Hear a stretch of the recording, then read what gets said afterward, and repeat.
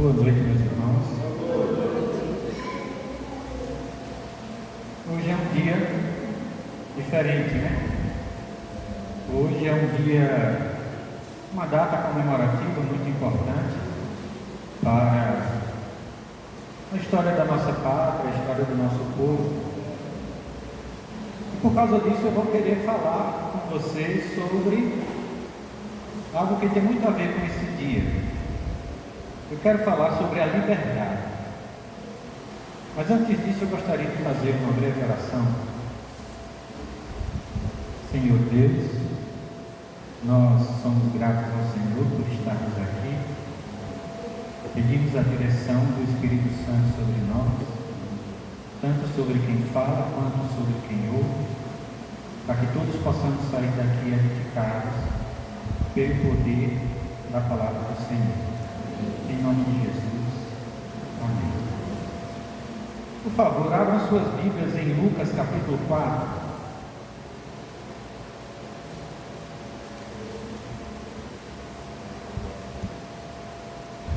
Bom, hoje inclusive tem umas pessoas que nem puderam estar aqui porque sendo professores ou coordenadores ou tendo alguma outra atividade escolar, estiveram presentes em desfiles que aconteceram agora à tarde. Alguém foi para algum desfile hoje? Ninguém? Meu Deus, que povo mole. Vou fazer uma pergunta mais comprometedora. Alguém foi para alguma manifestação aqui hoje? Não. Eu me lembro, em 1998, quando o Brasil perdeu de 3-0 para a França, no domingo à tarde, a gente chegou da igreja à noite, todo mundo de cabeça baixa, um olhando para a cara do outro, todo mundo triste, assim. E foi impossível não comentar isso para quem estava no púlpito, no serviço de cântico, no que quer que fosse. Foi um dia realmente bem complicado para a gente. Hoje foi um dia meio complicado também. Lucas capítulo 4, versículo 16.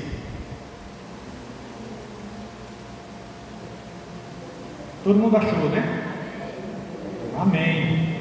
Então vamos lá.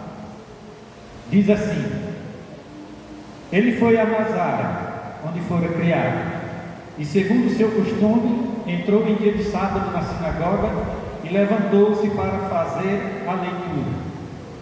Foi-lhe entregue o livro do profeta Isaías. Desenrolou-o, encontrando o lugar onde está escrito: o Espírito do Senhor. Está explicando, né? Acho que não precisa explicar não, todo mundo entendeu o que está acontecendo aqui. Jesus voltou a Nazaré, depois de ter se ausentado, quando foi batizado por João Batista, passou aqueles 40 dias no deserto, foi tentado pelo inimigo, e chegando num dia de sábado, ele se voluntariou para ler a Escritura naquele dia, e ele abriu o livro de Isaías. E no livro de Isaías ele leu estas palavras, no versículo 18: o Espírito do Senhor está sobre mim, porque ele me consagrou pela unção para evangelizar os pobres, enviou-me para proclamar a libertação aos presos e aos cegos a recuperação da vista, e para restituir a liberdade aos oprimidos, e para proclamar um ano de graça do Senhor. Eu vou ficar até aqui porque eu quero me concentrar nestas palavras. Ele disse que o Espírito do Senhor estava sobre ele para que ele pudesse evangelizar os pobres. Os pobres eram considerados não somente uma classe pouco prestigiada socialmente, economicamente, mas também espiritualmente, porque os judeus acreditavam muito que a prosperidade dependia da fidelidade a Deus. Se você era próspero, isso era uma indicação de que você era uma pessoa fiel a Deus. Se você era pobre, isso era uma indicação de que você era uma pessoa infiel a Deus. E Jesus veio dizer: olha, eu vim anunciar o Evangelho aos pobres, porque eles são os que precisam mais, porque eles são os que são deixados em último lugar. inclusive pelos rabinos, pelos escribas, fariseus, que eram os pastores, eram os padres da época, eram os líderes religiosos. Mas ele diz mais: enviou-me para proclamar a libertação aos presos. Sim, o Evangelho de Jesus é um Evangelho de libertação. Jesus veio para proclamar a libertação. A libertação dos presos. Quais presos? Nós vamos falar sobre quem são esses presos. Mas eu quero, por enquanto, focar a importância dessa palavra, libertação. Que coisa importante é a liberdade.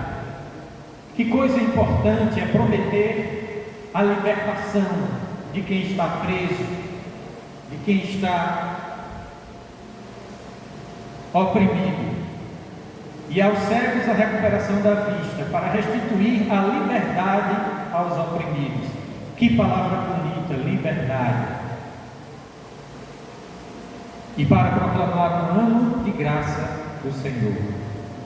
Jesus veio para trazer liberdade, e é nisso que eu quero me concentrar hoje. Logo depois, no versículo 20, diz assim: ele enrolou o livro, entregou ao servente e sentou-se. Todos na sinagoga olhavam atentos. Então começou a dizer-lhes: hoje se cumpriu aos nossos ouvidos essa passagem da Escritura. Jesus disse para eles: vocês escutaram esta profecia. Não é a primeira vez que vocês escutam, vocês já escutaram muitas vezes. Mas eu quero dizer a vocês que hoje essa profecia se cumpriu, porque hoje é o dia da libertação. Aquele era um dia muito especial. As pessoas se espantaram quando Jesus disse: hoje essa profecia se cumpriu, porque era basicamente como se ele estivesse dizendo: hoje eu vim para dar a liberdade a vocês. Hoje é o dia da liberdade. Hoje é o dia da independência. Aquele era o dia da independência. Aquele era como se Jesus estivesse lá dizendo, como a gente, independência ou morte, foi, Jesus disse. Independência foi o que eu vim trazer para vocês hoje. Liberdade foi o que eu vim trazer. Libertação foi o que eu vim trazer. Eu quero abrir um parêntese bem longo, porque eu quero falar um pouco de liberdade ao longo da história. O nosso conceito moderno de liberdade ficou muito evidente e muito importante no século XVIII, lá nos anos 1700 e tanto. Esse conceito de liberdade era tão importante que ele resultou numa revolução que é uma das mais importantes da história da humanidade, a Revolução Francesa. Começou em 1789 e o lema dessa revolução era maravilhoso: liberdade, igualdade, fraternidade. Você sabe por que a bandeira da França, quem aí está acostumado com as bandeiras do mundo, por que a bandeira da França tem 3 cores? É azul, branco e vermelho. A liberdade é azul, a igualdade é branca, a fraternidade é vermelha. É isso. Aquelas 3 cores simbolizam isso: liberdade, igualdade, fraternidade. Já faz muito mais, já faz quase 250 anos que passou a Revolução Francesa, mas aquele lema permanece na bandeira da França. Mas sabe o que aconteceu, meus irmãos? Aquela revolução trouxe uma tirania, uma violência, uma mortandade, uma carnificina maior do que todas as guerras religiosas que tinham trazido nos 5 séculos anteriores. Mas eles prometiam liberdade, prometiam igualdade, prometiam fraternidade. Que coisa linda é a fraternidade, a irmandade, o amor entre irmãos. Sabe o que aconteceu? Logo que começou aquela revolução, todo mundo que não concordava falava com ela, teve a cabeça arrancada. Dezenas de milhares de pessoas. Uma guerra civil extremamente sangrenta. O rei foi decapitado, a rainha foi decapitada. Uma pessoa que não tinha absolutamente nada a ver, apenas porque um vizinho denunciou. Olha, ele falou mal do presidente. Não era presidente, mas vamos dizer que fosse assim. Pois a pessoa era levada para um tribunal e em 5 minutos era conduzida para a praça central de Paris e tinha a cabeça arrancada pela guilhotina. Essa foi a fraternidade, essa foi a liberdade que aquela revolução trouxe. Sabe o que aconteceu depois? O que aconteceu depois foi uma guerra civil e depois uma guerra da França com todas as nações da Europa. E essa guerra culminou, sabe no quê? Na ascensão de um grande homem, Napoleão Bonaparte, que num certo momento deu um golpe e transformou tudo numa ditadura de uma pessoa só mandando em tudo. Foi essa a liberdade que a revolução trouxe. E poucos anos depois, ele achou pouco ser o cônsul, que era como se fosse o presidente, ele se consagrou imperador. Veja, o imperador é aquele cara que é mais bravo do que o rei, porque o rei manda em todo mundo, mas o imperador manda nos reis. Napoleão saiu trocando os reis da Europa, saiu invadindo países da Europa e colocando, em vez de repúblicas, em vez de regimes democráticos, libertários, ele fez, sabe o que? Colocou outros reis, que eram, sabe o que? Parentes dele, irmãos dele, cunhados, primos, sei lá, sobrinhos. Foi isso que ele fez. A Europa quase toda passou a ser reinada por reis que eram parentes do imperador Napoleão. Essa foi a grande liberdade, a grande igualdade, a grande fraternidade que a Revolução Francesa trouxe. E sabe o que aconteceu depois? Ele invadiu Portugal, porque Portugal não queria aliança com Napoleão, porque Portugal era aliado da Inglaterra, e aí ele invadiu Portugal e o rei Dom João VI fugiu de Portugal, veio aqui para o Brasil. Passaram os anos aqui no Brasil, a partir de 1808, até que em 1822 as coisas ficaram tão ruins aqui, que o príncipe regente, que era o filho de Dom João VI, todo mundo conhece como Dom Pedro I, na época apenas Dom Pedro, simplesmente disse para todo mundo: olha, não dá mais, Portugal está sendo muito tirânico com a gente, Portugal está sendo muito ruim, a partir de agora nós vamos ser livres, nós vamos ser independentes, independência ou morte. Todo mundo conhece essa história, independência ou morte, é uma maravilha. E o Brasil se tornou livre, é o que nós comemoramos hoje, a nossa independência. Will, dá para botar aquela imagem que eu pedi? Pronto, está aí. Todo mundo conhece esse quadro, é um quadro famosíssimo do pintor Pedro Américo, O Grito do Ipiranga. Está lá, Dom Pedro I, no seu cavalo, bem majestoso, levantando a espada e gritando: independência ou morte! E ali os dragões da independência, você vê que até o movimento dos cavalos é uma coisa extremamente épica, muito grandioso, mas é tudo mentira. Mas é tudo mentira. Nada era desse jeito aí. Primeiro porque os dragões da independência eram uma guarda cerimonial importante do palácio, da realeza, e que só foi criada algum tempo depois, alguns anos ou meses depois da independência propriamente dita. Eles nem existiam aí nessa época. Dom Pedro I estava, ainda era apenas Dom Pedro, era o príncipe regente, estava acompanhado de uma comitiva militar, é claro, mas ele, para começo de conversa, não estava nem montado num cavalo, porque ele estava saindo de Santos, subindo a serra. Cavalo é muito ruim de subir serra, ele estava numa mula. Ele e todo mundo, não tinha ninguém ali, não tinha nada daquela majestade que estava naquele quadro. E para terminar tudo, né? Eu posso dizer essa palavra no púlpito, eu não sei, ele não estava muito bem da barriga, sabe? Eu acho que eu não deveria dizer. Ele estava com dor de barriga, eu preferia dizer outra palavra, mas eu não sei, algumas pessoas mais sensíveis podem se incomodar. Quando ele recebeu o comunicado de que Portugal disse que agora ele tinha de voltar para Portugal, senão o mundo se acabava, e foi quando ele se irritou, mandou os soldados tirarem lá as fitinhas, dizer: olha, já deu, a partir de hoje não tem mais nada, agora somos só nós mesmos. E foi isso que aconteceu, e o Brasil ficou livre de Portugal. Uma maravilha. Mas sabe o que é que acontece? Tem muito mais detalhes nessa história, mas por que eu estou falando dela?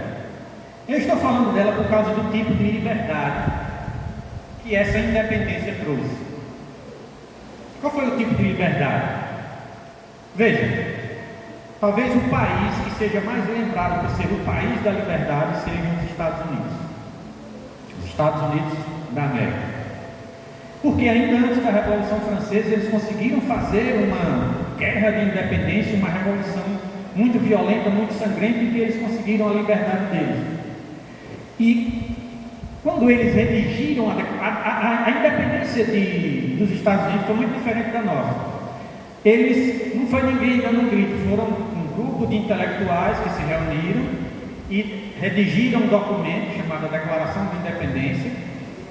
E esse documento é considerado uma das declarações mais importantes da história da humanidade em favor da liberdade. E quem escreveu o esboço desse documento, claro que teve retoques depois, mas a grande mente por trás foi Thomas Jefferson, o grande intelectual americano. E lá, logo, uma das primeiras palavras são essas: consideramos estas verdades como evidentes por si mesmas, que todos os homens são criados iguais, dotados pelo Criador de certos direitos inalienáveis, e que entre estes estão a vida, a liberdade e a procura da felicidade. Que maravilha! Que coisa linda! Realmente é uma coisa linda. Mas sabe o que é que acontece? Enquanto Thomas Jefferson redigia essa declaração, vários escravos trabalhavam ao redor dele, porque ele era o proprietário de escravos. E eu fico até imaginando, né, Thomas Jefferson lá tentando, poxa, vou escrever aquela redação nota 10. Aí ele está aqui escrevendo, aí dois escravos estão aqui conversando, um fala mais alto, ele vira assim com o escravo: cala a boca, escravo! Eu estou escrevendo o texto mais importante da minha vida. É um texto em que eu defendo o valor da liberdade. Porque foi isso que aconteceu. Quando diz aqui: consideramos estas verdades como evidentes por si mesmo, que todos os homens são criados iguais, menos aqueles escravos. Isso não se aplicava a eles. Dotados pelo Criador de certos direitos inalienáveis, que entre estes estão a vida, a liberdade, menos para aqueles escravos. Para eles não contava. Os americanos queriam ser libertos da Inglaterra, mas eles não queriam libertar os escravos deles. A vida, a liberdade e a procura da felicidade. Eles conseguiram a liberdade deles, mas sabe o que aconteceu com a população negra que foi trazida da África para trabalhar como escrava nos Estados Unidos? Eles não foram libertados. A liberdade deles só aconteceu quase um século depois de uma guerra que matou 600 mil pessoas, porque havia um contingente gigantesco da nação que não aceitava de jeito nenhum dar a liberdade para aqueles escravos. 600 mil pessoas morreram. E sabe o que aconteceu depois? Depois aconteceu que 5 anos, depois que acabou essa guerra, e o presidente americano decretou, aliás, ainda antes de acabar a guerra, decretou o fim da escravidão. Alguns ficaram tão revoltados, que logo que acabou a guerra foram lá e assassinaram o presidente, Abraham Lincoln. 5 anos depois, os estados do sul começaram a fazer as leis de segregação, 1870. Essas leis só foram revogadas em 1964, eu acho, um século depois. Até lá, os negros norte-americanos, principalmente nos estados do sul, não tinham direito a voto, não tinham direito a ir na igreja, não podiam vir na igreja de branco. Tinha igreja de branco e igreja de negro. Tinha bebedouro de branco, bebedouro de negro. Tinha banheiro de branco aqui e o banheiro de negro, 5 quarteirões de distância. Não podiam sentar nos ônibus, tinham de ir em pé. Foi essa a liberdade que a Revolução Americana trouxe. Uma liberdade só para alguns. Sabe o que aconteceu com o grande líder da luta pelos direitos civis, que dava igualdade aos negros nos Estados Unidos? Depois dele ter conseguido que a Suprema Corte decretasse que todas aquelas leis eram inconstitucionais, algumas pessoas ficaram tão chateadas que foram lá e o assassinaram. Martin Luther King, em 1968. Veja, meus irmãos, nós estamos falando de um país que se diz o farol da liberdade, mas as pessoas tinham tanto ódio de que essa liberdade fosse para todos, que eles mataram quem eles puderam para evitar que essa liberdade chegasse a todos. O que tem isso a ver conosco? Aconteceu a mesma coisa conosco. Em 7 de setembro de 1822, nós declaramos a nossa independência de Portugal, mas a nossa liberdade foi para quem? Nós continuamos com escravidão aqui. Escravidão que só acabou em 1888. E sabe o que aconteceu? Muita gente ficou tão revoltada com o fato de ter acabado a escravidão que eles resolveram retirar todo o apoio ao imperador. E um ano depois ele sofreu um golpe militar, foi deposto, iriam fuzilá-lo. Alguns queriam fuzilar o imperador, outros disseram, não, deixa, ele sempre foi gente boa. Ele foi mandado embora para a Europa. A gente virou uma república em parte por causa da revolta da nossa elite, porque nós tínhamos acabado com a escravidão.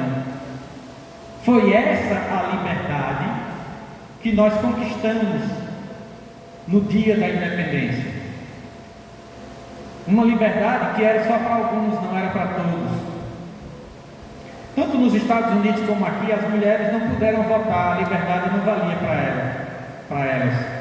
Quando dizia Deus fez todos os homens iguais, era literalmente só os homens, as mulheres não interessavam. As mulheres só tiveram o direito de votar nos Estados Unidos a partir de 1920, aqui no Brasil a partir de 1932. Tem muito mais coisas que eu posso falar sobre a liberdade e sobre essas lutas de liberdade política, mas isso consumiria muito do nosso tempo. Então eu vou parar por aqui. O que eu quero que fique na mente de vocês é o seguinte: quando o homem promete liberdade, a liberdade que ele promete é para ele e para aqueles que estão do lado dele, porque é isso que a humanidade sabe. As pessoas não têm, o ser humano não tem aquele senso real de que todos somos filhos de Deus e que todos fomos criados à imagem de Deus e, portanto, todos temos direito à liberdade. E é por isso que eu quero dizer que a liberdade que Jesus nos promete é uma liberdade muito diferente. Por favor, abram suas Bíblias em João capítulo 8. Porque a liberdade que nós seres humanos prometemos e pela qual lutamos geralmente termina em mortes, em assassinatos, em escravidão, em opressão. Geralmente um grupo que era oprimido antes consegue dar a volta por cima e depois eles se tornam os grandes opressores. E aí depois aqueles que estão por baixo, quando conseguem virar de novo, eles se tornam os opressores e os antigos se tornam os oprimidos. E nós vivemos nessa roda infinita de escravidão que nunca acaba. Quando não somos escravos de um, somos escravos do outro. João capítulo 8, versículo 34.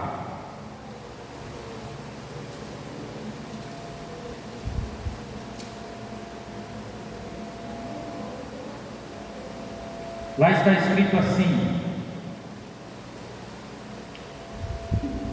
Todo mundo já encontrou? Amém, né? Jesus lhes respondeu: em verdade vos digo, quem comete o pecado é escravo.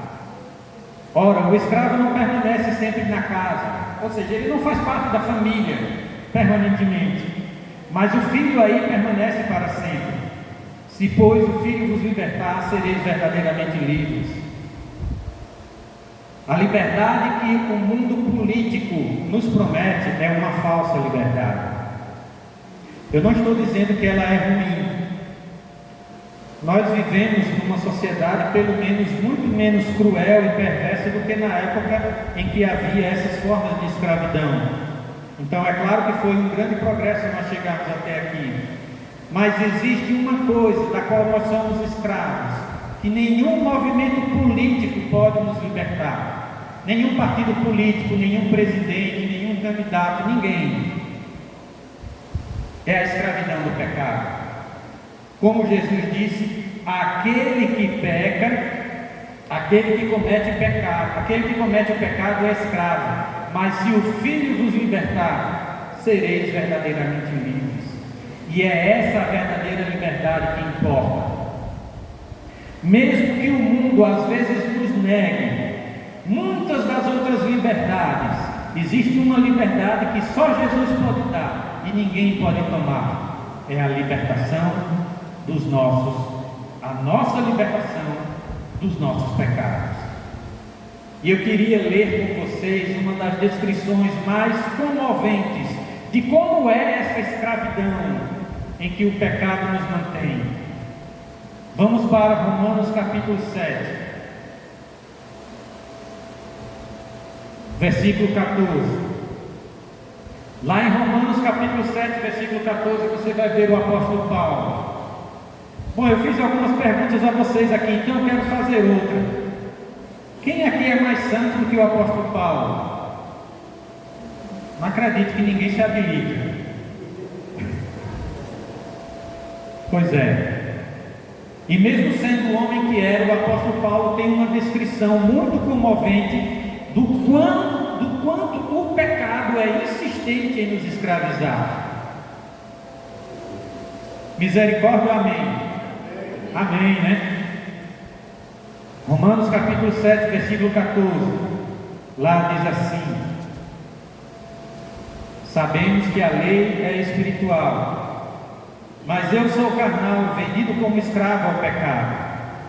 Realmente não consigo entender o que faço, pois não pratico o que quero, mas faço o que detesto. Eu vou voltar ao primeiro texto, diz assim: a lei é espiritual, mas eu sou carnal, vendido como escravo ao pecado. Eu fui vendido. Quem me vendeu? Aquele que tomou posse de nós quando nós caímos em pecado, o inimigo. E aqui diz que nós somos vendidos como escravos ao pecado. Ele disse que isso aconteceu com ele. Na verdade, ele disse que isso acontecia com ele. Essa é a escravidão mais horrível da qual nós podemos ser vítimas. E continua assim: realmente não consigo entender o que faço, pois não pratico o que quero, mas faço o que detesto. Eu fico imaginando alguns de vocês aqui, acho que todos nós, quantos de nós, quantas vezes você já tentou fazer o que era bom, já tentou fazer o que era certo, mas você não conseguia, mas você não consegue. Pelo contrário, você faz aquilo que você detesta. Paulo diz: olha, eu faço aquilo de que eu não gosto, eu faço aquilo que eu detesto. Como é que uma pessoa pode fazer aquilo que ela detesta? Somente se ela for obrigada, se for na marra. É isso que o pecado faz com a gente. O pecado nos escraviza e nos faz fazer coisas na marra, coisas que nós detestamos, coisas que nós odiamos. Mas nós não somos livres, somos escravos. Versículo 16: ora, se faço o que não quero, reconheço que a lei é boa. Deus deu os 10 mandamentos, e aquelas 10 ordens de Deus são coisas maravilhosas. Versículo 17: na realidade, não sou mais eu que pratico a ação, mas o pecado que habita em mim. E essa é a parte pior. A escravidão do pecado não vem de fora para dentro, ela vem de dentro para fora. O pecado está dentro de mim, ele me invadiu, ele invadiu o meu corpo, invadiu a minha mente, invadiu o meu coração, e de lá de dentro ele me obriga a fazer o que eu detesto. Essa é a pior escravidão que se pode imaginar. Versículo 18: eu sei que o bem não mora em mim, isto é, na minha carne, na minha natureza carnal e pecaminosa, pois o querer o bem está ao meu alcance, porém não o praticar. Às vezes nós queremos fazer o que é certo, nós temos o poder de querer o que é certo, mas não temos o poder de realizar o que é certo. Com efeito, versículo 19: não faço o bem que quero, mas pratico o mal que não quero. Ora, se faço o que não quero, já não sou eu que ajo, e sim o pecado que habita em mim. Ele reforça essa ideia, porque ela é muito central ao que ele está dizendo. Verifico, pois, esta lei. Que lei? De que lei ele está falando? Aqui neste versículo 21. Verifico, pois, esta lei. De que lei ele está falando? Não é uma lei civil, também não é uma lei divina, não é a lei de Moisés. Todo mundo aqui sabe que nós somos governados por leis, e algumas leis são leis naturais. Por exemplo, a lei da gravidade. Se eu for para essa parte mais alta aqui e me soltar de lá de cima, não tem como evitar que eu caia. A lei da gravidade é implacável, pois ele diz que também descobriu aqui uma lei que é tão implacável quanto a lei da gravidade. Qual é essa? Quando quero fazer o bem, é o mal que me se apresenta. Essa é a lei do pecado, essa é a lei da escravidão. E aí ele continua, versículo 22: comprazo-me na lei de Deus, segundo o homem interior.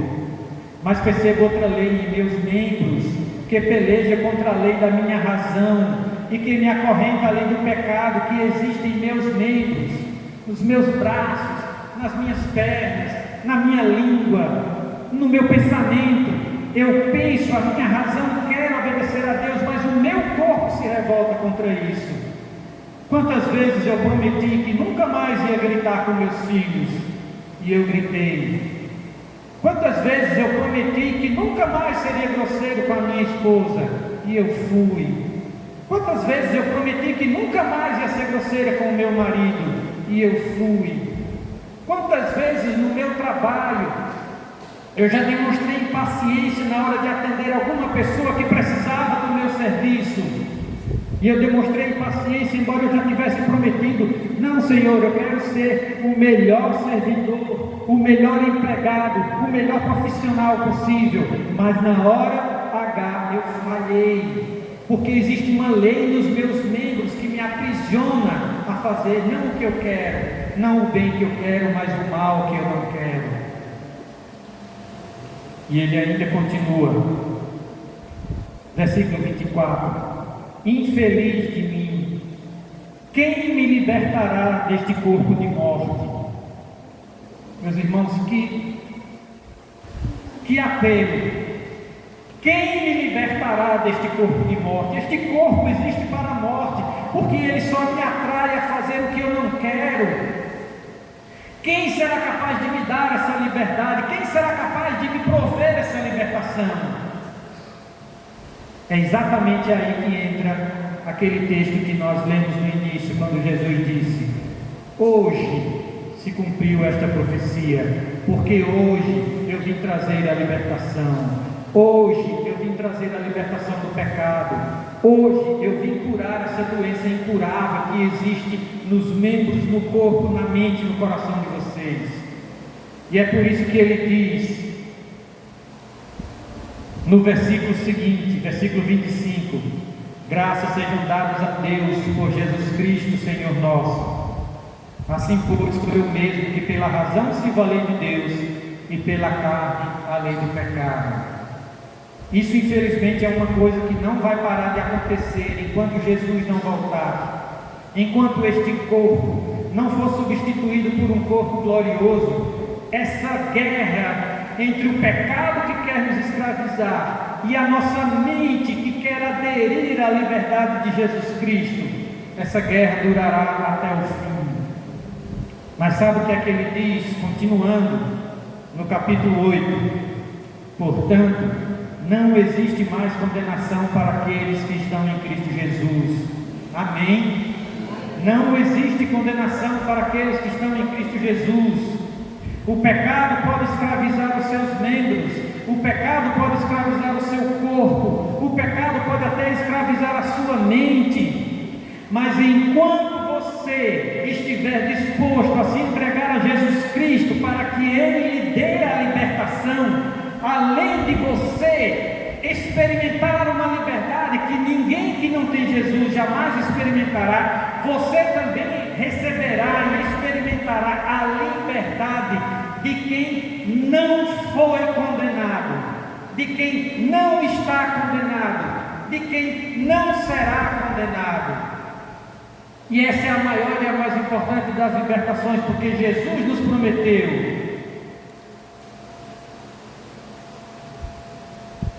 que aquele que está em Cristo não está condenado. Então, se você luta com os seus pecados, se você luta com o seu temperamento, se você luta com os seus problemas que você não consegue vencer e que afastam você de Deus, não desespere, porque enquanto você estiver com os olhos voltados para Deus, não haverá condenação sobre você. E essa é a mais importante das liberdades. No versículo 5 ele ainda diz assim: com efeito, os que vivem segundo a carne desejam as coisas da carne, e os que vivem segundo o Espírito, as coisas que são do Espírito. Porque é isso que o Espírito fará por nós. A lei, eu acho que eu pulei do versículo 2, que eu queria ter lido também. Versículo 2: a lei do Espírito da vida em Cristo Jesus te libertou da lei do pecado e da morte. A lei do Espírito da vida, o Espírito Santo habita em você, e enquanto o Espírito Santo habitar em você, não haverá condenação para você, só haverá libertação que será cada vez maior, até que ela se consuma, se complete na consumação de todas as coisas.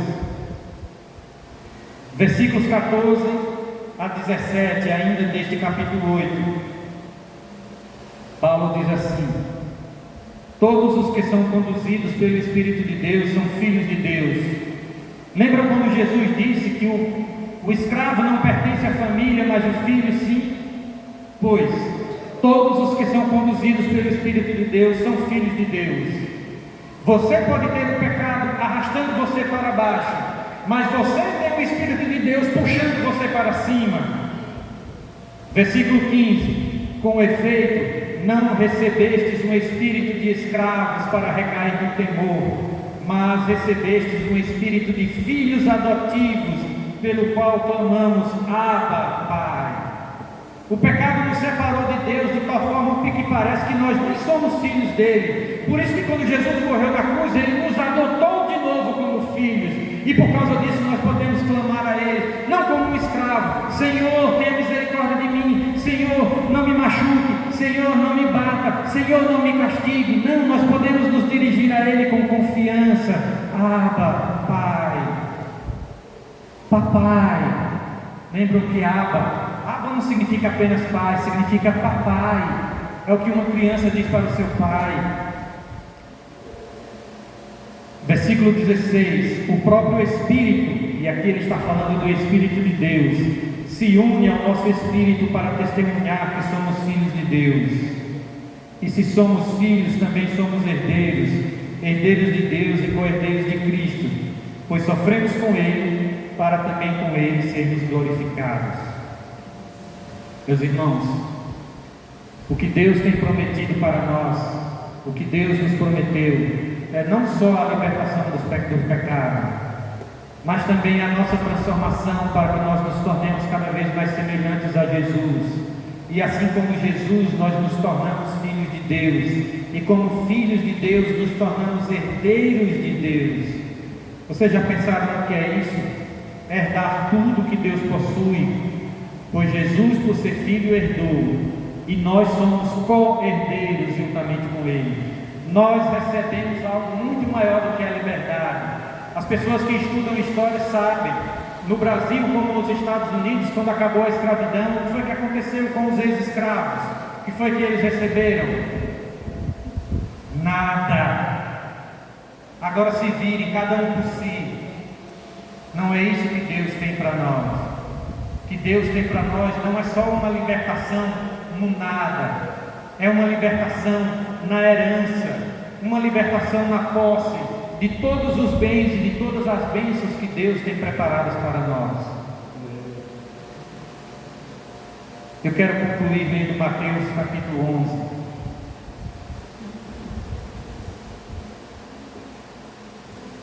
Em Mateus capítulo 11, versículo 28.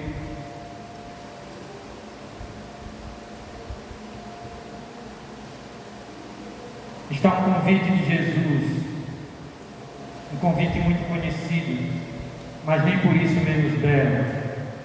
Mateus capítulo 11, verso 28. Alguém ainda precisa encontrar? Então vamos ler. Jesus diz assim: Vinde a mim todos os que estáis cansados sob o peso do vosso fardo, e vos darei descanso.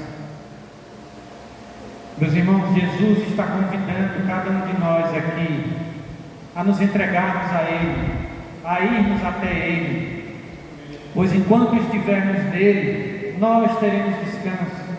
Eu fico imaginando que talvez você esteja cansado, eu estou cansado.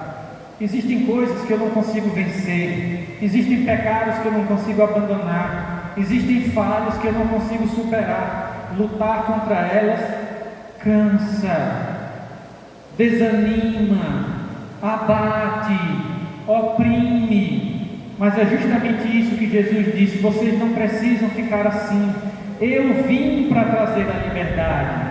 Venham a mim todos os que estáis cansados, sob o peso do vosso fardo, e eu vos darei descanso. É isso que Jesus tem prometido para nós: liberdade, poder respirar, poder sentir, eu sou filho de Deus, poder sentir, eu sou parte da família de Deus. E eu vou dizer uma palavra aqui que Jesus falou a respeito disso. Ele não só nos convida a ir para Ele, mas Ele também disse estas palavras, e eu quero terminar com elas: todo aquele que o Pai me dá, esse virá a mim, e o que vem a mim, de modo nenhum o lançarei fora. Você não só será alçado à categoria de filho de Deus, você não só é um filho de Deus a partir do momento em que você aceita Jesus.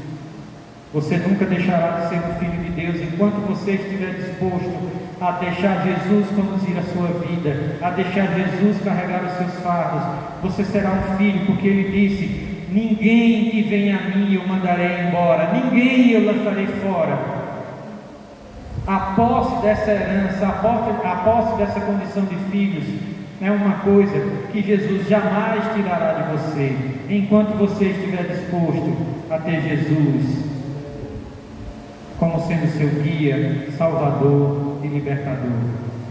Eu quero que essas palavras continuem na mente de vocês enquanto a gente ouve Vitória cantar algo que eu espero que toque os seus corações.